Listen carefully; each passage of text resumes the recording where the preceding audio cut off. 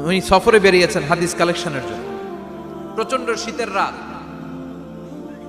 উনি মাগরিবের নামাজ, এশারের নামাজ পড়ে একটা মসজিদে শুয়ে পড়লেন, আর শুয়ে শুয়ে হাদিস পড়তেছেন। কি পড়তেছেন?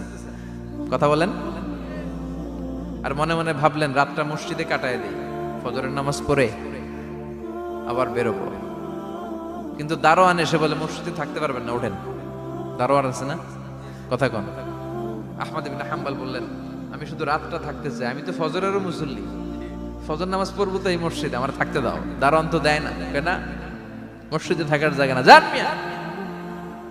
উনি যে আহমদ ইবনে হাম্বল এটা চিনে নাই, থাকতে দেয়। কি করবে এখন? উনি কাঁথা গুছিয়ে হাদিসের কিতাব নিয়ে কাঁধের মধ্যে ব্যাগ নিয়ে মসজিদ থেকে বেরোয় গেলেন। কি আর করবেন, প্রচন্ড শীত, আর কাঁপতেছেন, বুড়ো মানুষ। পথিমধ্যে দেখলেন বাজার। বাজার একজন খাব্বাজ, শাবুন খাব্বাজ, যুবক রুটি বিক্রেতা। সে রুটি বিক্রি করে, চুলার মধ্যে রুটি সেকে। সে যে সালাম দিল, আসসালামু আলাইকুম। যুবক বলে ওয়ালাইকুম আসসালাম। আহমদ ইবনে হাম্বল বলে যুবক, আমার যাওয়ার জায়গা নেই, সফরে বেরিয়েছি, খুব শীতে কষ্ট পাচ্ছি, রাতে যদি তোমার এই চুলা থেকে একটু আগুন পোহাই কোনো সমস্যা? যুবক বলে না না, সমস্যা না, আহলান ওয়া সাহলান, খোশ আমদেদ, আসেন আসেন, আপনি আগুন পোহাইলে আমার সমস্যা কি? সুবহানাল্লাহ পড়েন। আল্লাহ শুকরিয়া করে উনি বসলেন আর আগুন পোহাচ্ছেন। আর খেয়াল করলেন যুবক রুটি বানায় আর পরে আস্তাগফিরুল্লাহ, রুটির দলা বানায় পরে আস্তাগফিরুল্লাহ, খামির বানায় আর পরে আস্তাগফিরুল্লাহ, রুটি নিয়ে উনুনের ভিতরে চুলার ভিতরে সেকা দেয় আর পরে আস্তাগফিরুল্লাহ। দোকানদারের কাছে কেউ আসলেই সে রুটি দেয় আর পরে আস্তাগফিরুল্লাহ। ক্রেতার কাছ থেকে টাকা নিয়ে ক্যাশ বক্সে রাখে আর কি পড়ে, আবার রুটি বানানো শুরু করে আর কি পড়ে, খালি এইটাই পড়তেছে। ইমাম আহমদ ইবনে হাম্বল তো আবার কিরে, এটা আবার কেমন যুবক, খালি আস্তাগফিরুল্লাহ। উনি প্রশ্ন করলেন যুবক ঘটনা কি? আসার পর থেকেই তোমার দেখতেছি তুমি রুটি বানাও, রুটি বিক্রি করো আর পড়ো আস্তাগফিরুল্লাহ, মালাকা ইয়া শাবাব।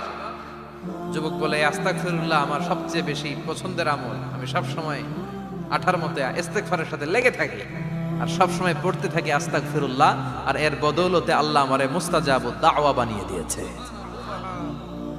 আহমদ ইবনে হাম্বল তো অবাক, আনতা মুস্তাজাবুদ দাওয়া,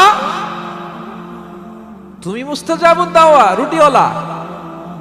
আমি এত বছর হাদিস পড়াই, আমিও তো মুস্তাজাবুদ দাওয়া না, আর তুমি রুটি বেচো বাজারে, তুমি মুস্তাজাবুদ দাওয়া, তুমি দোয়া করলে সব কবুল হয়ে যায়।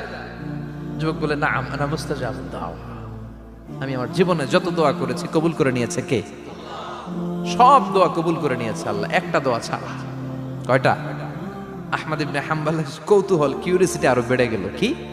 সব দোয়া কবুল হয়েছে, একটা দোয়া ছাড়া। মাযালিকা দোয়া ইয়া শাব, কি সেই দোয়া? যুবক এবার বলতে শুরু করলো, আমার জীবনে যে দোয়াটা আল্লাহ কবুল করে নাই সেটা হচ্ছে আমি আল্লাহর কাছে অনেক চেয়েছি, অনেক দোয়া করেছি যে আল্লাহ, শুনেছি এই জামানার সবচেয়ে বড় মুহাদ্দিস, তার নাম নাকি ইমাম আহমদ ইবনে হাম্বল। আল্লাহ তোমার কাছে আমার চাওয়া, আমি যেন এই ইমাম আহমদ ইবনে হাম্বলের দেখে মরতে পারি, আমি যেন ইমাম আহমদ ইবনে হাম্বলের হাতে হাত রেখে মুসাফা করতে পারি আর তার কপালে একটা চুমু এঁকে দিতে পারি। আহমদ ইবনে হাম্বল আবেগপ্রবণ হয়ে গেলেন, চোখের পানি ছেড়ে দিলেন, বললেন যুবক তোমার এই দোয়াটাও কবুল হয়ে গিয়েছে। আহমদ ইবনে হাম্বলের দেখা সাক্ষাৎ পাওয়ার জন্য আহমদ ইবনে হাম্বলের বাড়িতে তোমার যাওয়ার দরকার নাই, আহমদ ইবনে হাম্বল তোমার দরবারে ছুটে এসেছে। আনা আহমদ ইবনে হাম্বল মুহাদ্দিসুদ দাহর, আমি নিজেই আহমদ ইবনে হাম্বল। যুবক চোখের পানি ছেড়ে দেয়, আহমদ ইবনে হাম্বল চোখের পানি ছেড়ে দেয়।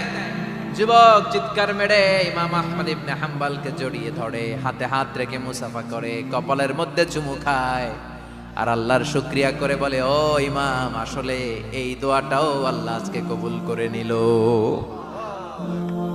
বিশ্বাস হয়? সবসময় ইস্তেগফার পড়লে আপনার দোয়াগুলোর এইভাবে কবুল করে নিবে কে? এই পাঁচটা জিনিস পাবেন সবসময় যদি ইস্তেগফারের সাথে লেগে থাকেন। রাজি আছেন তো? এজন্য বিশ্বনবী সব সময় নামাজে সালাম ফিরানোর পরে পড়তেন আস্তাগফিরুল্লাহ।